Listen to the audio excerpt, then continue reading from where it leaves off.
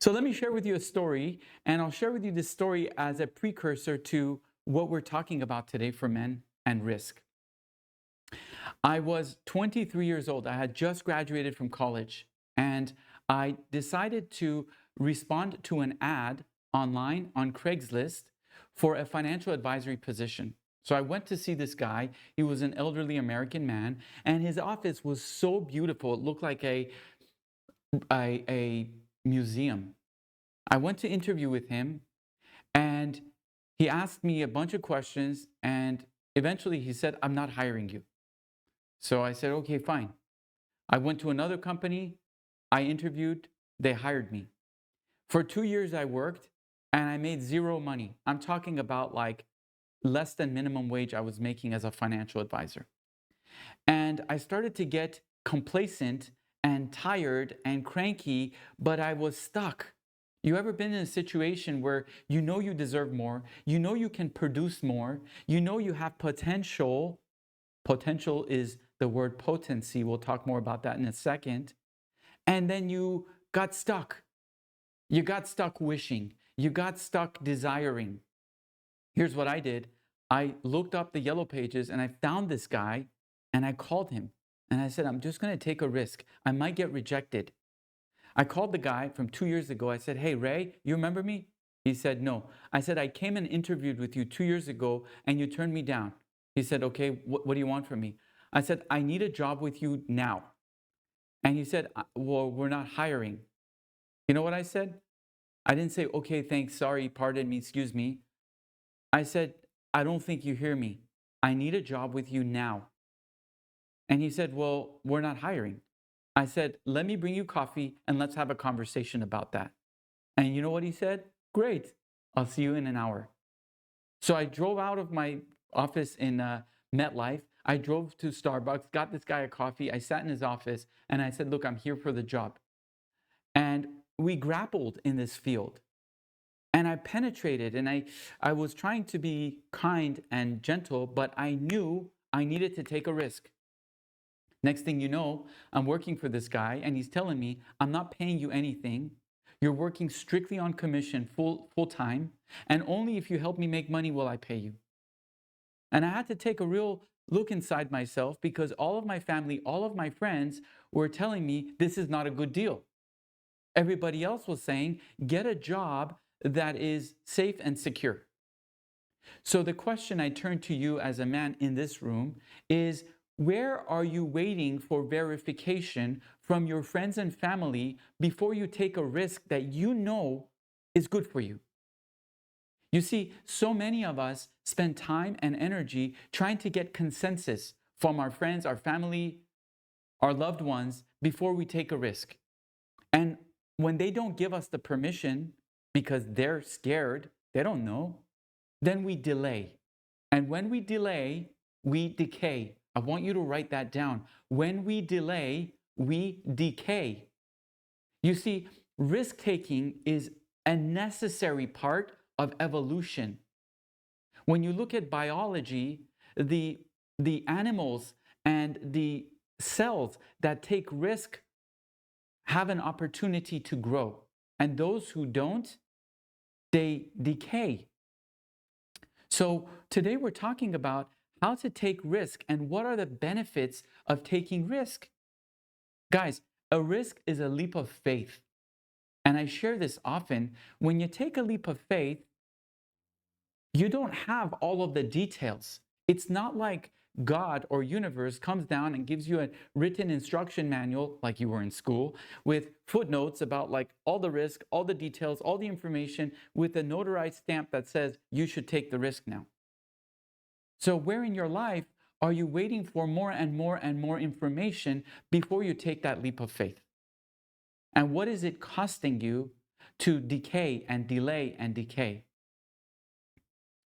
So let's talk about the different areas of taking risk, and we're going to do a breakout session around it. Think about the risks where you need to take. Approaching a woman. How many of us have seen a really amazing woman that we're like, "Oh my God, this could be the one for me," and we didn't take the risk? Calling the client that you haven't spoken to, taking the risk. Making a career change where you're like, damn, I feel like I need to take this leap of faith, but is it going to work? What are you waiting for? You see, a strong man isn't just a man who has muscle. Today, we talk about masculinity, and there's so many men's coaches out there trying to get men to become more tough physically. But what good is physical toughness if you're out of courage?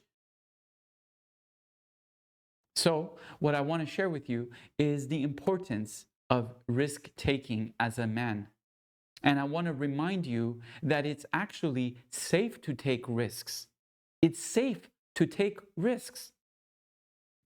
You see, if you are remembering that you are able to respond, you know that whatever risk you take, you're able to respond to the response of it. You can take risks and reassess what happens next. And the worst thing you can do is sit back and watch as others take risks.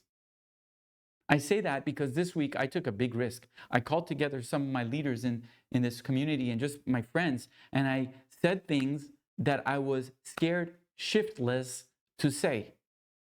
But it was a leap of faith. And it didn't happen like with beautiful, harmonious music and ballet dancers in the background. I just went for it. And that risk opened up way new possibilities. And now I'm working within the possibility zone. So, my intention for you, my invitation for you, as you're listening to me, is trust your environment. Trust your environment. After all, you built it. When you work in the field of ownership, you must remember that you built your environment. All the friends you have, all the women you have, all the clients and prospects you have, you created it. You built it. Do you trust it? Do you trust that if you shine your light, that if you stand in your truth and you take a leap of faith, that your environment that you built will hold you? And if it doesn't hold you, do you trust that you can be responsible and respond? You see, brothers, so many of us are looking for safety before we take action. And what I share with you is instead of looking for safety, you be the one who creates it. You create the safety. I'll go back to my story. I started working for this guy, Ray. And before I knew it, he was screaming and yelling at me in his office while he wasn't even paying me a salary. And I sat there and I said, did I make a mistake? I went home, I talked to my parents. I was like, Mom, my boss is like yelling at me every day. And my mom said, how much money is he paying you? I said, nothing. He hasn't paid me anything. And you know what she said? What every mother would say. She said, quit your job and get a real job. Have some security. But somewhere inside, I was like, no, I trust that I took this leap of faith for a reason. And I'm not just going to eject. And this is why your nervous system is so important in the field of risk taking, whether it is financial risk taking, career risk taking, relationship risk taking, sexual risk taking.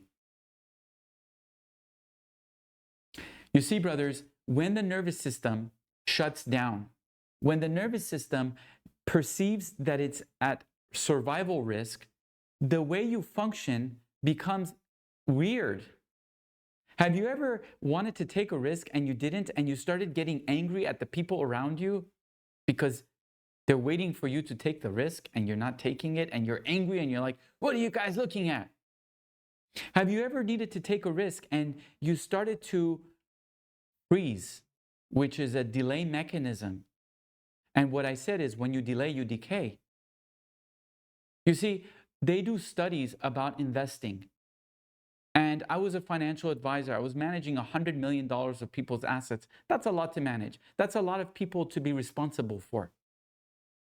And I was doing research, and I found a Harvard Business Review that did a study on men to determine what type of careered men do better in investment results and what type of careered men do poorly in investment results based solely on their career type. And here's what they found. They found that the worst investors by result were accountants and engineers. I'll tell you why in just a moment. And they found that the best investors, as it came to investment results, were small business owners and litigation attorneys. Why? What is the difference between these types of men? Why do some of them have great rates of return and others don't? It all comes down to willingness to take risk. You all know it. If you ever take an investment opportunity to your accountant, you know what he says? He says, give me more information, let me think about it, give me more information. And the accountant and the engineer generally don't take decisions. They need more information. They wait too long. And on the other hand, the businessman who is running a business needs to make decisions day to day, or else his business is going to fall apart. The attorney, who's a litigation attorney, is constantly trying to create a deal, put a deal together so that he can close the case and move on to the next client. He's making decisions. You see, decision making is the number one quality of good investment results, because the more you're able to take decisions, the more you're able to shift and pivot.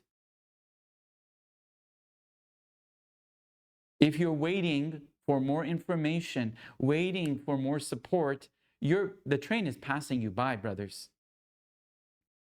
So where in your life are you able to take the leap of faith? Remember what I said, leap of faith doesn't mean you have all the information. It doesn't mean your family is going to bless you and say, thank you, great job, now take the risk. In fact, most of the time, your family will talk you out of it until you succeed. And then what they'll say to you, watch this, what they'll say to you is, I knew you could do it. I always believed in you. And I always tell my friends and family, yeah, if you knew I could do it, why didn't you tell me that in advance? Why did you tell me not to do it? And only when I did it and succeeded, now you're like, I knew you could do it. If you're with me on this, give me a nice middle finger. This is a middle finger to delay. We don't delay. We go for it. We penetrate. Take a deep breath with me, please. Let's talk a little bit about trauma and risk-taking. There's something I call a trauma brain. Trauma brain is when your brain is frozen because of trauma. You ever have circumstances that you walk into with a woman in bed, in business, and because you've had business trauma or relationship trauma, you freeze and you become dysfunctional. And the person is like, wait, are you okay? And you're like, whoa, shit, I don't know what to do. You freeze. Trauma brain. So trauma brain is something that prevents men from taking risks. And I want to talk to you about how to navigate trauma brain. In the field of investing, there's an adage that they say, past performance does not indicate future results. Past performance is not an indicator of future results. If I flip that on its head, what I can say to you is your past results do not indicate your future failure. Your past results do not indicate a future failure, meaning so many of us have tried in the past, we've taken risks in the past, whether it's in business or in relationships, and we failed. And so now our trauma brain kicks in and we say, oh my God, I failed last time, so I'm not going to fail again. I'm not doing this again. Nothing further from the truth, because every moment is a new possibility, my brothers. Every moment is a new possibility. And where are you looking for safety? Okay, I'm going to come at you from a different angle now and share with you something interesting from the world of investing. Okay, take a look at this chart on the screen. This is a chart that they use in investing. The need for safety. At the left side of this chart, when you're young, when you don't have a lot of assets, when you don't have a lot of responsibilities, when you're not a provider for a big family, you could take a lot of risk. You don't need a lot of safety. So those guys in this community who are either young, don't have family to take care of, or you're financially not doing well, this is the time for you to take the most amount of risks and the biggest amount of risks. Then there's the guys in our community who are at the middle of this curve. And that is defined by you're a provider. You have some income. You've built some assets. You have a child or a spouse that you're taking care of. And when you get to this point of life, you don't have as much of an appetite for risk. Because when you're having so many things to care for, if you make a big mistake, you might lose a bunch of it. So what happens for most of us men is when we become providers and we have accumulated assets, we naturally have a lesser appetite for risk. But watch this. As you continue to build wealth, what starts to happen is your appetite for risk opens up again. Here's an example. If you have no money, you should be taking all the risks you can. When you start having a big nest egg, you got to be careful because now a risk could be very costly. But then you get to a point of your life where if you're a billionaire, you could start taking big risks again. So you got to determine where you are in this place. If you don't have a lot on the table, you should be taking a lot of risks. And if you're not taking the risk, you're delaying, and delay causes decay. Take that leap of faith. What's the worst that could happen? You got a new career possibility. Jump in it. Go for it. Own it. Don't wait.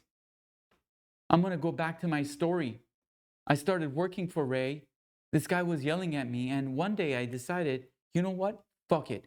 I want to take a big risk. I walked into his office. I said, I don't give a shit how much you yell at me. I don't give a shit if you're not paying me money, but I want to become like you. So what's it going to take for me to have everything you have? I want to learn, and I'm not fucking going anywhere. And you know what he did? He woke up and he's like, oh shit, now you're ready to learn. Okay. Within a matter of 4 years, my income went from $26,000 a year to $500,000 a year. Personal income. And I started to learn how to command. So many of us are in a position of passivity when it comes to our careers. We're waiting for the big boss to give us permission.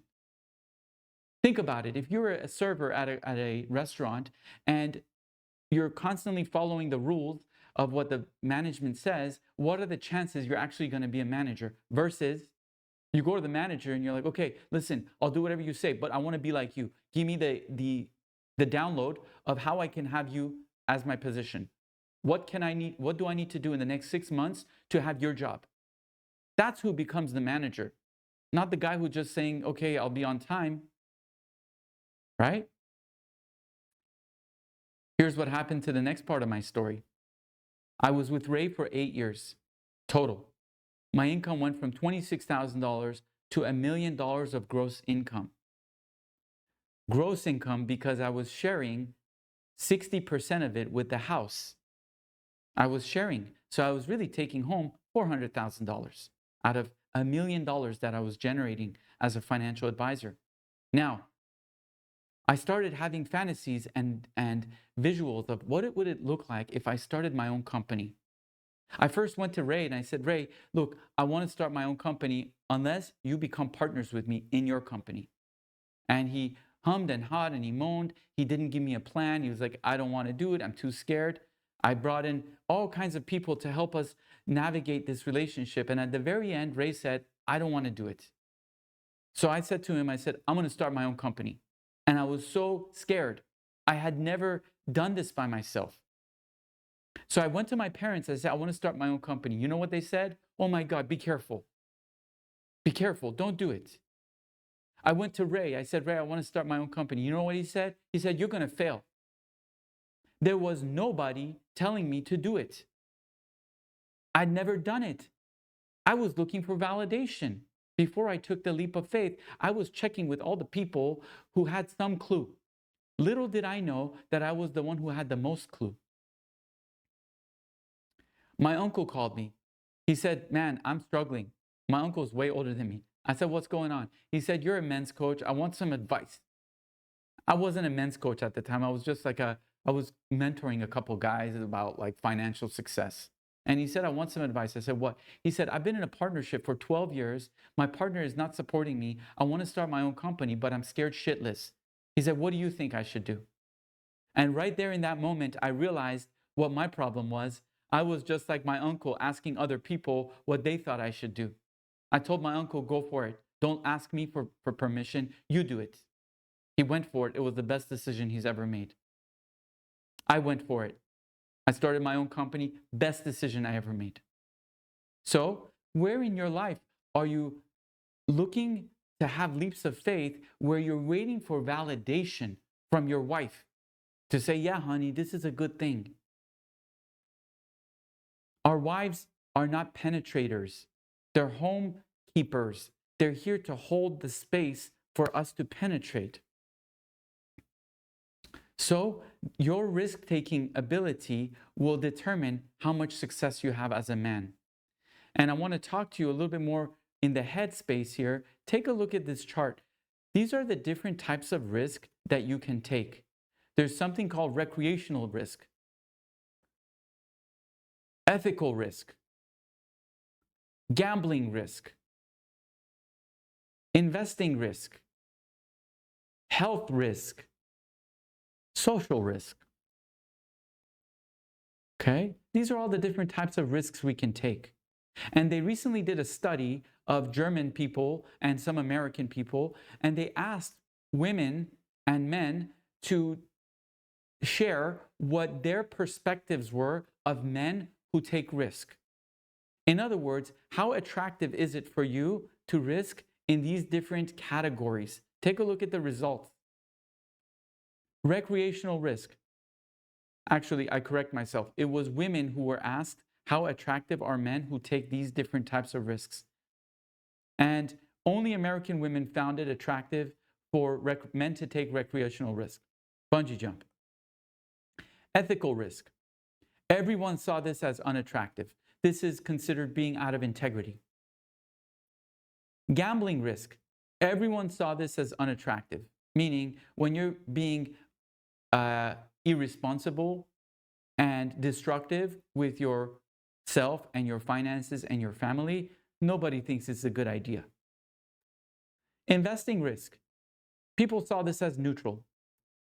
Health risk. Women saw this as unattractive. Social risk. All women saw this as attractive. Meaning, how other people view you as a risk taker is all stated right here. How much risk are you willing to take? And my recommendation to you is there's 5 risks. One of them is out of order. 5 risks I think you should take. Here are the 5 risks I think you should take. Number 1, every guy should speak publicly.